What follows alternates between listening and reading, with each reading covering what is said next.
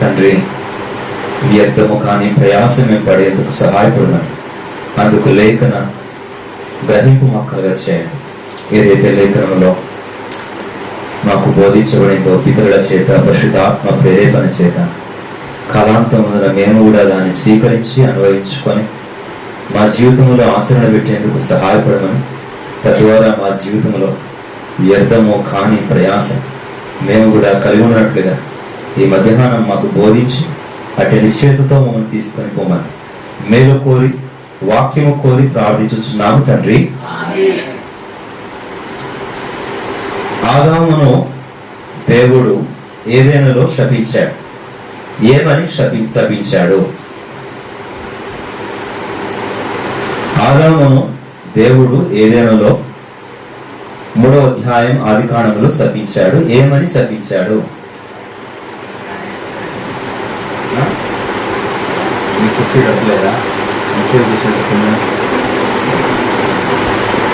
ఏమన్నా చెప్పండి. నీ బ్రతుకు దినములన్నీ చెమట ఇంకా రక్తమా?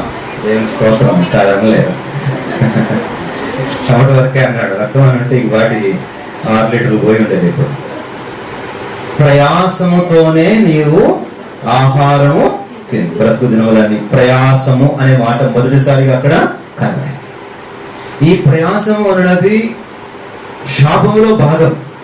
అయితే ఆ ప్రభువైన దేవుడు ఈ లోకపు మన ప్రయాసములన్నిటికీ మించి వ్యర్థము కాని ప్రయాసము కలిగి ఉండాలన్న భారమ హృదయమైన ఉంచుతున్నాడు. ప్రసంగి గ్రంథం చదువుంటారు మీరు అందరూ. ఎన్ని అధ్యాయాలు ఉన్నాయో అంటే చదివారు తెలుసుకోవాలని అడిగాను. అంతే అధ్యాయాలు చదువుతారంటే ఉంటామని బుర్రుతారు కదా, నాకంటే జ్ఞానం కలిగిన కాబట్టి. ఎన్ని అధ్యాయాలంటే 12 అధ్యాయాలు.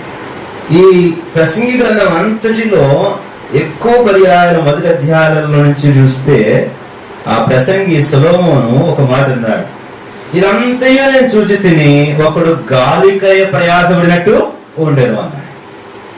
దేనికి ప్రయాసపడినాడంట?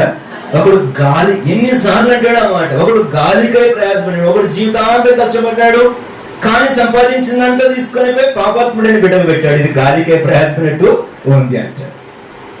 ఇలా ఎన్నో సందర్భాలు గాలికై ప్రయాసపడినట్టు ఉండాను, గాలికై ప్రయాసపడినట్టు ఉండాను. సరే, ఇంకపోతే ఏదైనా ఇంటి ఓపెనింగ్ ఇల్లు కట్టుకుంటున్నప్పుడు బాగా వాక్యం వాడుతుంటారు. ఏం వాక్యం వాడుతుంటారు చెప్పండి? అమ్మ ఇల్లు కట్టుకుంటున్నారు, ప్రార్థన చేయాలని అంటాం. లేదా ఇల్లు ప్రతిష్ఠ చేయ ప్రార్థన అంటే ఫస్ట్ గుర్తొచ్చేస్తుంది ఏ వాక్యం? ఏ వాక్యం? ఇది గుర్తొచ్చి ఉంటుంది. వాటి చెప్పండి ఆయనమ్మా. నోట మీరు అందరూ వచ్చిన చెప్తున్నారు, రిఫరెన్స్ చెప్తున్నారు, చూసుకోండి. ఆయనమ్మా చెప్పండి, కరెక్టే చెప్పారు. అది యెహోవా ఇల్లు కట్టనెడలా కట్టించనెడలా దాని కట్టివారి ప్రయాస, కావలి గారి వారి ప్రయాస, వ్యర్థమైన ప్రయాసలు లోకములోనే ఉన్నాయి. ఏనబ్బా వ్యర్థమైపోయే ప్రయాస.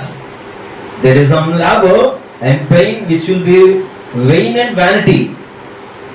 వ్యర్థమైపోయే ఈ ప్రయాసలన్నిటి మధ్య వ్యర్థము కాని ప్రయాస ఉంది. అదే చదవండి ఇప్పుడు మొదటి కొరింథీ 15వ అధ్యాయం 58వ వచనం. ఏం కాదంటమ్మా? అక్కడ చాలా ప్రయాసాలు ఏమన్నాయి? గాలికై ప్రయాసపడినట్టు ఉంది, వ్యర్థమైపోయిన ప్రయాసాలు ఉన్నాయి. కానీ ఈ ప్రయాస వ్యర్థము కాదు. ఏ ప్రయాస? ప్రభువునందు మీ ప్రయాస. ఏమిటా ప్రభువునందు ప్రయాస? వ్యర్థము కాని ప్రయాసములు ఏమిటి? దేవుని వాక్యములో ఈ వ్యర్థము కాని ప్రయాసమును కలిగి ఉండేందుకు కొరకై గమనిస్తే అపోస్తలుడైన పౌలు కొరింథీయులకు రాస్తూ అన్నాడు కదా, మొదటి కొరింథీ 14వ అధ్యాయం. మొదటి కొరింథీ 14వ అధ్యాయం వ్యర్థము కాని ప్రయాస. కొరింథీయులకు రాసిన మొదటి పత్రిక 14వ అధ్యాయం 1వ వచనం చదవండి. ఏమిటమ్మా? ప్రేమ కలిగి ఉండుటకు. పొరపాటు తప్పు రాశాడేమో. ప్రేమింప బరుటకు ప్రయాసపడి అంటే ఎంత ప్రయాసపడే వాళ్ళమో. ఏమండి? మళ్ళీ చెప్పమంటారా? ప్రేమింపబడుటకు ప్రయాసపడు అంటే ఇంకా ఎన్ని తిప్పలైన వాడు మొత్తానికి ప్రేమ గెలుచుకోవడానికి. కానీ ఏమన్నాడు? ప్రేమింపబడుటకు ఇన్ని ప్రయాసలు పడుతున్నావే, నీవు ప్రేమ కలిగునుటకు, నీవు ప్రేమ చూపించేందుకు ఏం పడు అంటే ఊరికే రాదా? అది ఈజీ కాదా? కాదు అని అర్థం. అది చాలా ప్రయాసపడితే గాని సాధ్యమయ్యేది కాదు. ఏంటది? ప్రేమించడం. ఎవరిని ప్రేమించడం? దూషించే వారిని ప్రేమించడం, శపించే వారిని ప్రేమించడం, ద్వేషించే వారిని ప్రేమించడం, కీడు చేసిన వారిని ప్రేమించడం. ఇది మాటలతోనూ మానవ శక్తితోనూ సాధ్యము కాదు. It has to be very much exercised and with much pain and agony we have to practice. ప్రయాస వినండి. ఇది ప్రభువునందు ప్రయాస, ఇది వ్యర్థము కాని ప్రయాస. 14వ అధ్యాయం 1వ వచనం మొదటి లైన్ ఇది చెప్పాడు అని అంటే దాని కంటిన్యూటీ 13వ అధ్యాయం మనం ఒకసారి గుర్తు చేసుకోవాలి కదా.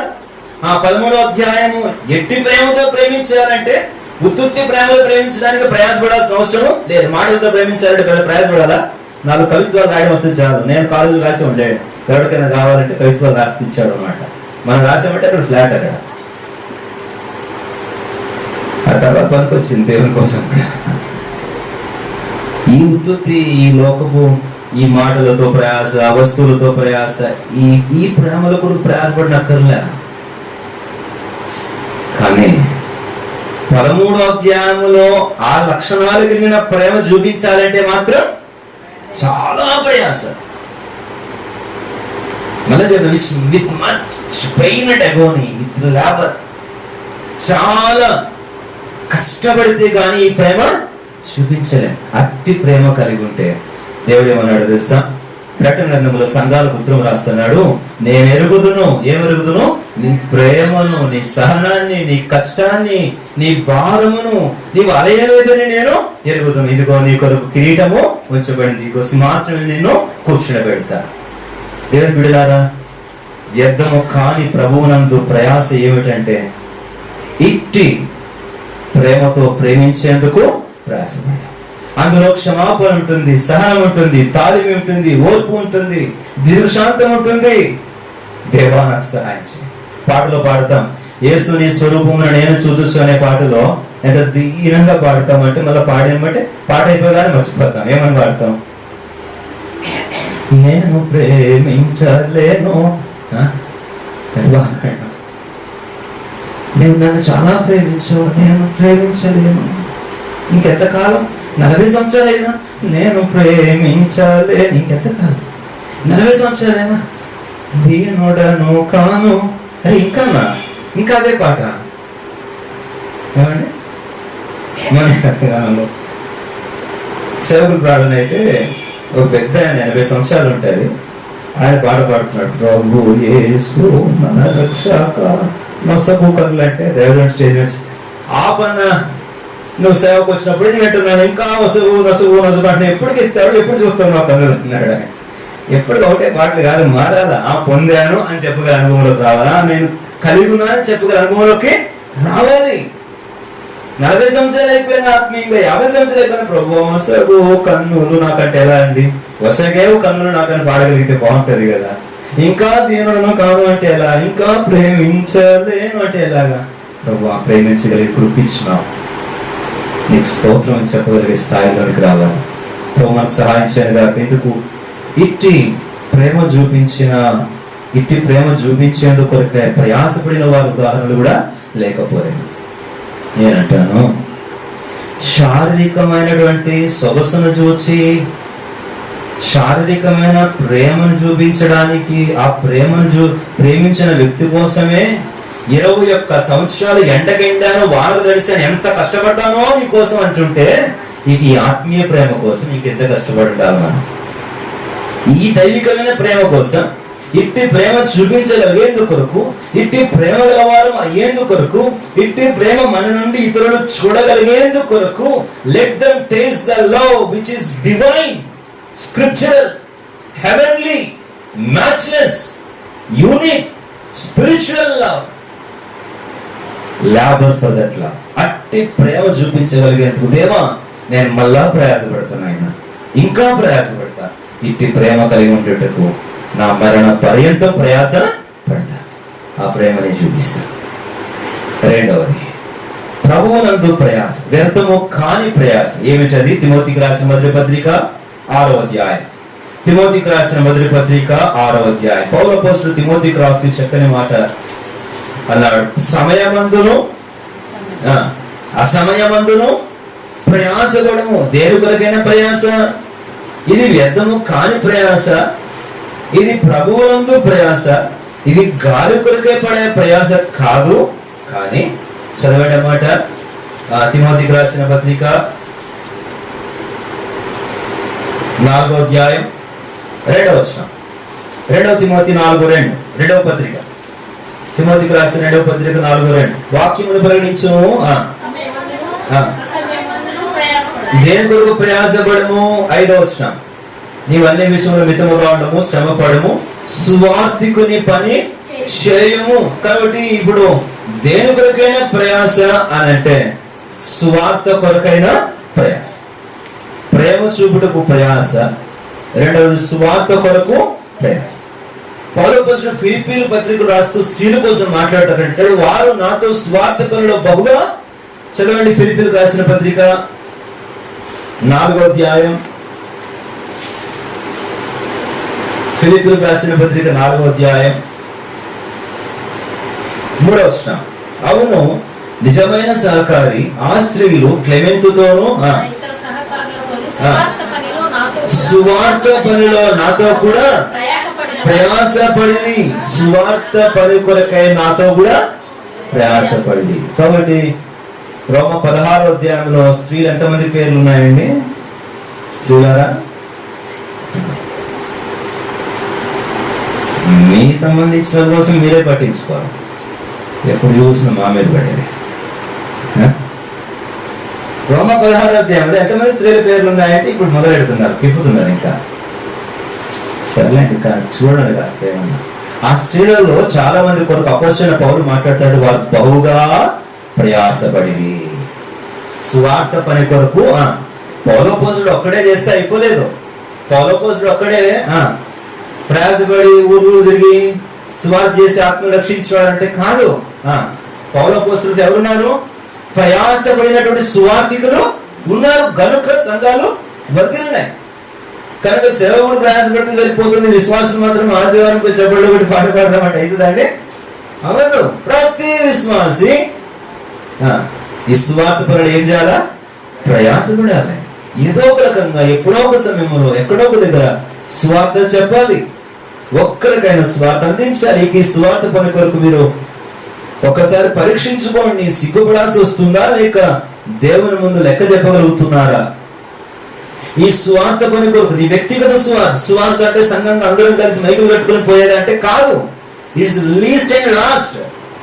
పర్సనల్ ఇవాంజలిజం, వ్యక్తిగత స్వార్థీకరణ, వ్యక్తిగత పర్సనల్ ఇవాంజలిజం. నీవు ఉన్న చోట నీకు పరిచయమైన వారు ఏదో ఒక సందర్భం నుంచి, ఏదో ఒక కాన్వర్సేషన్, సంభాషణ నుంచి ఒక సువార్త మాట, ప్రభు యేసు క్రీస్తు వారి నామమున ఆయన రక్తం కింద తెచ్చుకో, ఆయన ముందు విశ్వాసం ఉంచు, ఆయన హృదయంలోకి చేర్చుకో, ఇదిగో పాప క్షమాపణ పొందు, ఇదిగో క్రీస్తుని కొరగా చనిపోయాడు. ఏదో ఒక సందర్భం, ఒక చిన్న కరపత్రిక పెట్టడం, ఒక చిన్న మాట చెప్పడం.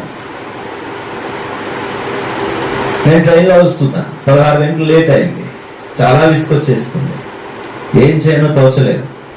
ఆ సమయంలో ఆలోచన చేస్తూ ఒక్కడినే కూర్చొని పై బెర్త్లో కూర్చున్నా. పై అప్పర్ బెర్త్ దొరికింది, నాకేమైనా ఎవరు డిస్టర్బెన్స్ లేదు.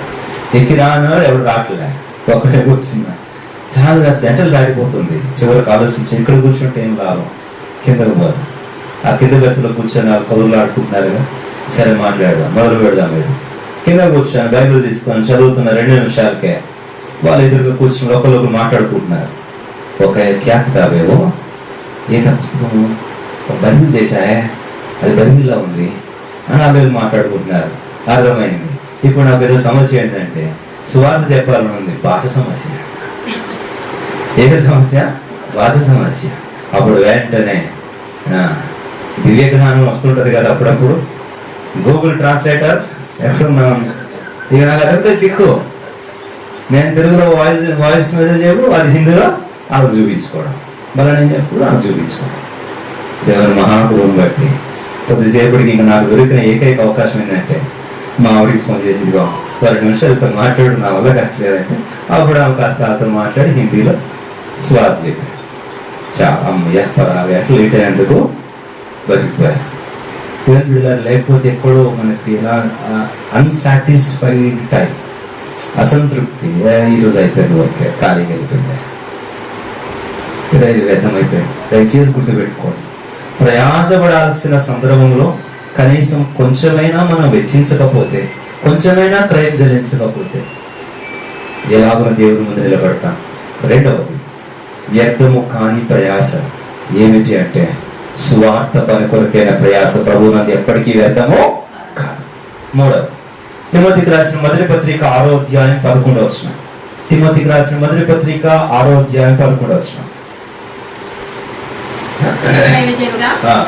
నీవైతే వీటిని విసర్జించి నీతిని, భక్తిని, విశ్వాసమును, ప్రేమను, ఓర్పును, సాత్వికమును సంపాదించుకుంటూ ప్రయాసపడు.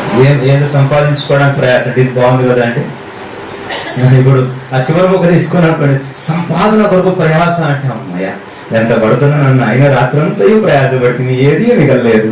మన స్టేట్మెంట్ అక్కడికి పోతుంది. రాత్రి అంతా శ్రమ పడుతుంది, ఏది ప్రయాస పడుతుంది, ఏది లోకాలేదు. అంతేనా? గమనించండి, దేని కొరకైనా ప్రయాస, భక్తి కొరకు ప్రయాస. ఏమి చెప్పండి, ఇది భక్తి కొరకు ప్రయాస. ఇక్కడ రాబడిన కొద్ది లిస్ట్ ఉంది. నీతి, భక్తి, విశ్వాసం, ప్రేమ, ఓర్పు, సాత్వికం. ఇవి సంపాదించుకుంటూ, ఇవి ఊరికే ఖాళీగా నువ్వు ప్రయాసపడకుండా ఆప్టైన్ చేసుకునేది నువ్వు అనుభవించగలిగేవి కాదు. దాని కొరకు ఎంతో క్రయం చెల్లించాలి, నష్టం అనుభవించాలి, దాని కొరకు ఎంతో నీవు త్యాగం చేయాల్సి ఉంటుంది. కాబట్టి గమనించండి, నేను ఒక మాటలు చెప్తాను, ఈ పదాలని మీరు తర్వాత వీటన్నిటినీ సంపాదించుకున్నటకు నేనేమంటానంటే దైవత్వం సంపాదించుకున్నటకు ప్రయాస. చెప్పండి, దైవత్వం సంపాదించుకున్నటకు. Labour for divinity, not for dignity, for divinity. దైవత్వం కొరకైనా ఇవన్నీ లక్షణాలు ఎప్పుడైతే మనలో ఉంటాయో అవన్నీ కూడా మన దైవత్వాన్ని చూపిస్తాయి. దైవతత్వం, దేవుని స్వభావం మనలో మూర్తిపిస్తుంది. ఆ నీతి, భక్తి, విశ్వాసం, ప్రేమ, సాత్వికం, ఓర్పు ఇవి మనలో కనబడితే ఎంత దైవిక సంబంధమైన, ఎంత దైవికంగా ఉంటాం, ఎంత గాడ్లీగా ఉంటాం ఈ లోకంలో. ఇవి సంపాదించుకున్నట్టుకు ప్రయాస. ప్రభువా, ఆ నీతి కాపాడుకునేందుకు, ఆ భక్తిని సంపాదించుకునేందుకు, ఆ ఓర్పును, సాత్వికాన్ని అలవరుచుకోవడానికి అహర్నిశలు నన్ను నేను లోపరుచుకుంటూ, నష్టపరుచుకుంటూ, నన్ను నేను చనిపోతూ, నా అతిశయాలను, నా గర్వాలను, నా తొందరపాట్లను, నా యొక్క అజ్ఞానాలను, నా అవిశ్వాసాలను, అవిధేయతలను, వీటన్నిటి విషయమై నీ రక్తం కిందకు వస్తుంది కృపను కోరుకుంటూ ఈ భక్తి సార్థకం చేసేందుకు కొరకైన ప్రయాస నాకు ఎంతో వ్యర్థము కానీ ప్రయాస. అది లాభకరమైన ప్రయాస, ఫలమునిచ్చే ప్రయాస, ప్రాఫిటబుల్ లేబర్ అది. కాబట్టి మూడవ జ్ఞాపకం చేస్తున్న దైవత్వము కొరకైనా ఇట్టి శ్రేష్ఠ సద్గుణాలు సంపాదించుకున్నటకు ఆరిని ఎలా వస్తాయి? దేవుని వాక్య పఠనము ద్వారా, ప్రార్థనా జీవితము ద్వారా, సహవాసము ద్వారా వీటన్నిటిని మనం సంపాదించుకోగలం. దేవుని వాక్యాలకు దూరంగా ఉండి ప్రార్థనా జీవితము కొనబడి పరిశుద్ధుల సహవాసంలో లేకుండా వీటిని సంపాదించుకున్నట తరము కానే కాదు. కాబట్టి ఇట్టి దైవత్వ సంపాదన కొరకైనా ప్రయాస వ్యర్థము కాని ప్రయాస. 4వ దయచేసి రండి, దేని కొరకైనా ప్రయాస వ్యర్థము కానిది. చదవండి కొరింథీయులకు రాసిన మొదటి పత్రిక 15వ అధ్యాయం. మనం చదివిన వాక్యం వెళ్దాం. 50 కాగా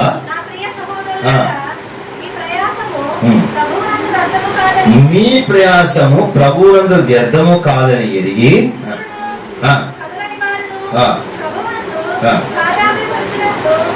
ఏ కార్యాభివృద్ధి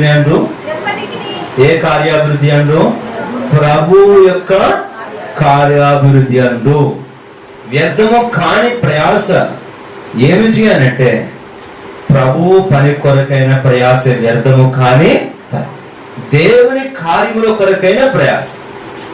the labor for God's work, దేవుని పనుల కొరకు, దైవ కార్యాల కొరకైన ప్రయాస ఎప్పటికీ వ్యర్థము కానే కాని ప్రయాస.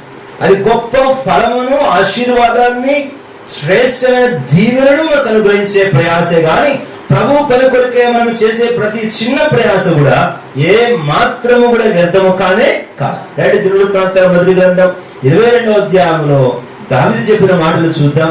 ఎలా ప్రయాసపడ్డాడో ప్రభు పని కొరకు. దినవృత్తాంతముల మొదటి గ్రంథం 22వ అధ్యాయం 14 వచనం చదవండి ఎవరైనా గట్టిగా. 22:14. ఇదిగో నేను నా కష్టస్థితిలోనే ప్రయాసపడి ఏమిటంటమ్మా? ఏ స్థితిలో? నేను నా కష్ట స్థితిలోనే ప్రయాసపడి ప్రభువు మందిరము కొరకు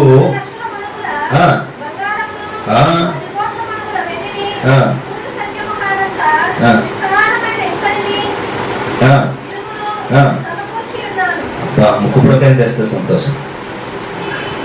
నేను అన్నితో మారిపోయి కదా. ఆయన విస్తారమైన బంగారం, విస్తారమైన వెండి, మనుగులు, కేజీలు లెక్క మాట్లాడుతున్నాడు. దేవునికి స్తోత్రం. దావీదు ప్రయాస ఏమాత్రం దేవుడు వ్యర్థము. ఎప్పుడైతే దావీదు లాగున తన కష్ట స్థితిలోనే తను ప్రయాసపడ్డాడో దేవుడు దావీదున్నాడు, నీ తరతరములకు సింహాసనం మీద ఉండక నీ సింహాసనం స్థిరం. ఎప్పుడు ఈ వాగ్దానం ఇచ్చాడు దేవుడు? నీ తర్వాత సంతానంలో సింహాసనం మీద ఎప్పటికీ ఒకటి ఉండక మానవుడు నీ సింహాసనం స్థిరపరచదును అని ఆయన నిత్య నిబంధన దావీదుతో ఎప్పుడు చేశాడంటే, దావీదు దేవుని మందిరము కొరకై ప్రయాసపడిన వేళ దేవుడు దావీదుతో నిబంధన చేశాడు. అంతకుముందు ఎప్పుడు చేయలేదు. గొలియాతుని చెప్పినప్పుడు చేయలేదు, ఫిలిస్తీన్ చెప్పినప్పుడు చేయలేదు, మరొకప్పుడు ఎప్పుడు కూడా మందసం తెచ్చినప్పుడు కూడా దేవుడి నిబంధన చేయలేదు. కానీ మందిరం కొరకు ఎప్పుడైతే ప్రయాసపడ్డాడో దేవుడు దావీదుతో నిబంధన చేశాడు. అప్పుడే దావీదు అన్నాడు, నా కుటుంబం ఆశీర్వదించబడిన నీవు సెలవిచ్చితివే, నిత్యము నా కుటుంబం నీ సన్నిధిలో ఉండను కాక. దేవుని విడలారా 29వ అధ్యాయం కూడా రండి. కష్ట స్థితిలో ప్రయాసపడ్డాడంట. అదేదో అంత అనుకూలంగా సమృద్ధిగా ఉన్నప్పుడు కాదు, కష్ట స్థితిలో నేను ప్రయాస పడి దేవుని మందిరము కొరకు అనే మాట మనము గమనించాలి అక్కడ. తర్వాత 29వ అధ్యాయం చూడండి. మొదటి దినవృత్తాంతం 29వ అధ్యాయం 2వ వచనం చదవండి.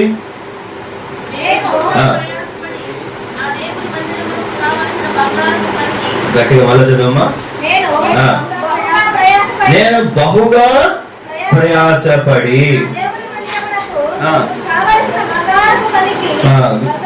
విశేషముగా సంపాదించి తిని. గమనించండి అన్నమాట.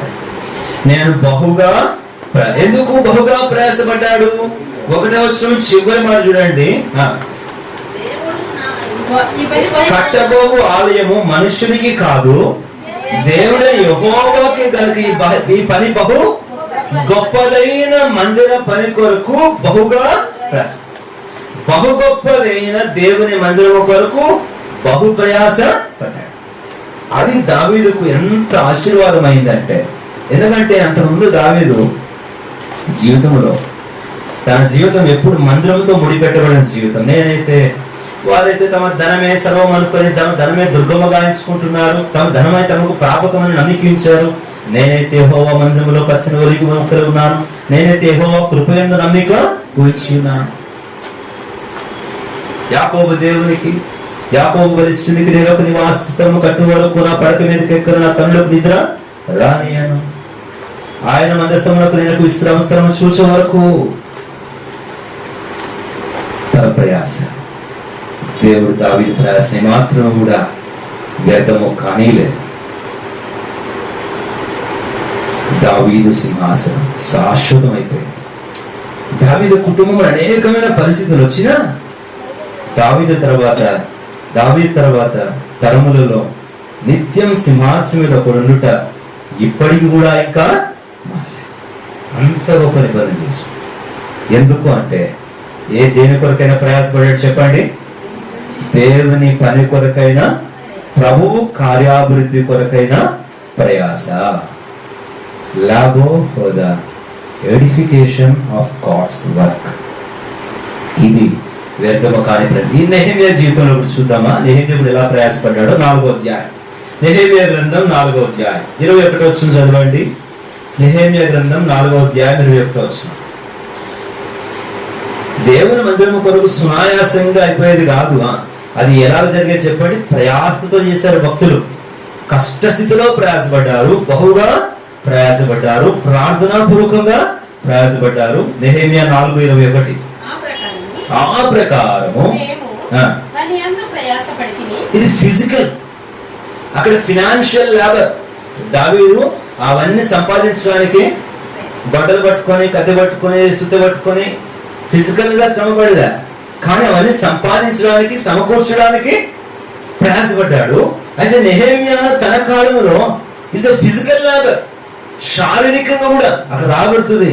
శత్రువులు మా మీదకి వస్తున్నారు కాబట్టి ఒక చేతితో పనిముట్టును, మరొక చేతితో ఖడ్గాన్ని పెట్టుకొని ఇట్లా మేము పని యందు బహుగా ప్రయాస పడితిమి. మేము స్నానం చేయటకైనా మా వస్త్రములు తీసివేసిన వారము కాము. ఎంత ఫిజికల్ లేబర్ చూడండి. భౌతికంగా కూడా, శారీరకంగా వారు ఆర్థికంగానే ప్రయాసపడలేదు, శారీరకంగా కూడా వారు ఎంతో ప్రయాసపడ్డారు. మళ్ళీ చదవడం మాట, ఆ ప్రకారము మేము పని యందు ప్రయాసపడితిమి, ఉదయము మొదలుకొని నక్షత్రముల అగుపడే వరకు ఈటలు పట్టుకొనివి. మరియు ఆ కాలమందు నేను జనులతో తన పనివానితో కూడా యెరూషలేములో బస చేయవలను. అప్పుడు వారు రాత్రి మా కాపుగా ఉందురు, పగలు పని చేయదురని చెప్పింది. ఇలాగున నేను గాని, నా బంధువులు గాని, నా పనివారు గాని, నా వెంబడి ఉన్న పారావారు గాని ఒదుగుకొనుటకు తప్ప మరి దేనికి మా వస్త్రములు తీసివేయ అంటే we have never relaxed. మేము కాసేపు సేద తీర్చుకుందాం, కొంతసేపు నడుము వాలిద్దాం, కాసేపు రిక్రియేషన్, ఎంటర్టైన్మెంట్, రిలాక్సేషన్, కొంచెం ఏది కూడా మేము కోరుకోం. ఇంతగా ప్రయాసపడితే వారి ఆలయాన్ని పూర్తి చేయగలిగారు. కాబట్టి దేవుని బిడ్డలారా, ఇట్టి ప్రయాస వ్యర్థము కాని ప్రయాస. కనుక ప్రభువా, నీ పని కొరకాయ, నీ పరిచర్య కొరకాయ ఇట్టి వ్యర్థము కాని ప్రయాస అంతం వరకు కలిగి ఉన్నట్లుగా నాకు సహాయము చేయి. ఇప్పుడు చివరి ప్రయాసలో కూడా నేను ఈ మాట కూడా చెప్పి ముగిస్తాను. యెషయా గ్రంథానికి రండి, 57వ అధ్యాయం. జీవనము కొరకు ప్రయాస, ఇది మాత్రం ఎందుకు వ్యర్థం అవ్వాలా? ఇది ఎప్పుడు ప్రయోజనకరం అవుతుంది? జీవనము కొరకైనా, రాబడి కొరకైనా, కష్టార్జితం ఆర్జితము కొరకైనా ప్రయాస ఎప్పుడు లాభకరం అవుతుంది? చదవండి యెషయా గ్రంథం 62వ అధ్యాయం నుంచి 42వ అధ్యాయం 8వ వచనం. యెషయా గ్రంథం 62వ అధ్యాయం 8వ వచనం చదవండి. ఈలాగున ఏం చేస్తున్నాడు? నా సహోదరుడా, సహోదరి, నీవు దినమెల్లా కష్టించి పనిచేస్తున్నావు. ఎండలోనూ, వాతావరణ పరిస్థితులలో, నీకున్న వనరులతో, నీకున్న వస్తువులతో, నీకున్న వాహనాలతో, నీకున్న జ్ఞానంతో, నీకున్నటువంటి అవకాశములో, నీ పరిధిలో నీవు పనిచేస్తున్నావు, కష్టపడుతున్నావు, కుటుంబాన్ని పోషించుకోవడానికి, కడుపు నింపుకోవడానికి, జీవనం చేసుకోవడానికి. ఇట్టి నీ ప్రయాస విషయమై దేవుడు చెప్తున్న మాట చదవండి. ప్రమాణం చేసి చెప్తున్నాడు, ఏమని? నిశ్చయముగా ఇకను నీ ధాన్యమని శత్రువులకు ఆహారంగా నేను ఇయ్యను. నీవు ప్రయాసపడి తీసిన ద్రాక్ష అన్యులు త్రాగరు. ధాన్యము కూర్చిన వారే దాన్ని భుజించి యెహోవాకు.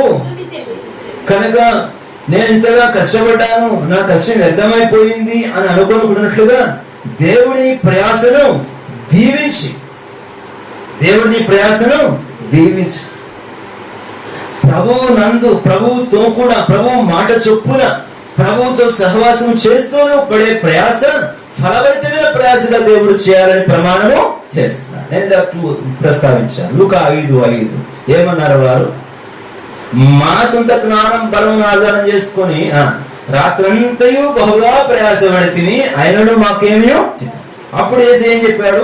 సరే, ఇప్పుడు మీ ప్రయాస ఆశీర్వాదకరమైన ప్రయాసగా ఉండాలంటే నా మాట చొప్పున మీరు చేయండి అన్నాడు. ఎప్పుడైతే దేవుని చిత్తము చొప్పున వారు చేశారో, దేవుని చిత్తంలో వారు నిలుచున్నారో, వారి ఆహారం కొరకైనా, వారి పోషణ కొరకైనా ఆ ప్రయాస ఇక వ్యర్థము కాలేదు. చదువుతారా ఎవరైనా లూకా 5వ అధ్యాయంలో మాట? రాత్రి అంతయు ప్రయాసపడ్డాం. ఎందుకు? ఎలా ప్రయాసపడ్డాం? ఏమీ మాకు దొరకలే. నీవు లేకుండా, నీవు చెప్పకుండా, నీకు తెలియకుండా, నీతో సంబంధం లేకుండా, నీ చిత్రం లేకుండా, నీ ఆజ్ఞ లేకుండా మేము ప్రయాసము పడ్డాము. కాబట్టి అది గాలికై ప్రయాసపడినట్టు అయిపోయింది, కానీ ఇప్పుడు నీ మాట చెప్పు. ఇప్పుడు ఇక మా ప్రయాస వ్యర్థము కాదు. నా ప్రియమైన దేవుని బిడ్డలారా, నీ జీవితంలో ప్రభువుతో కలిసి నేను కలిగే సహవాసాన్ని బట్టి, ప్రభు చిత్తమును ఎరిగి నేను జరిగించే దాన్ని బట్టి, ప్రభు మాట తీసుకొని నీవు కలిగి ఉండేటువంటి ప్రయాస ఫలభరితమైన ప్రయాసగా ఉండనని దేవుడు ప్రమాణము చేస్తున్నాడు.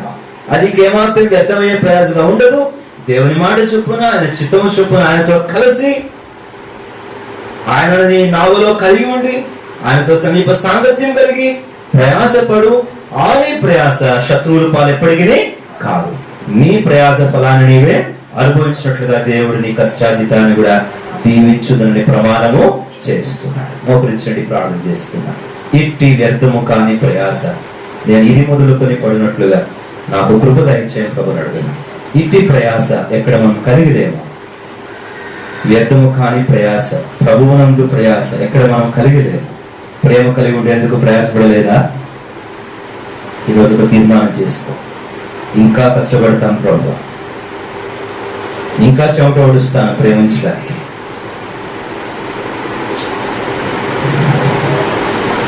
నా ప్రయాస వ్యర్థం కాదని నమ్ముతున్నాను.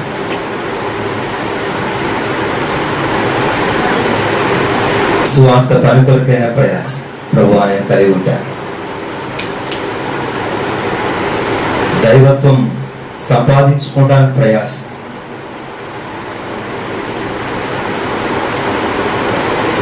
అంతేకాదు ప్రభు పని కొరకు, ప్రభు కార్యాల కొరకైన ప్రయాస. ప్రభు నా అనుదిన జీవితపు జీవనము కొరకైన ప్రయాస. వ్యర్థము కానివిగా ఉండాలని ఆశపడుతున్నాను ఆయన.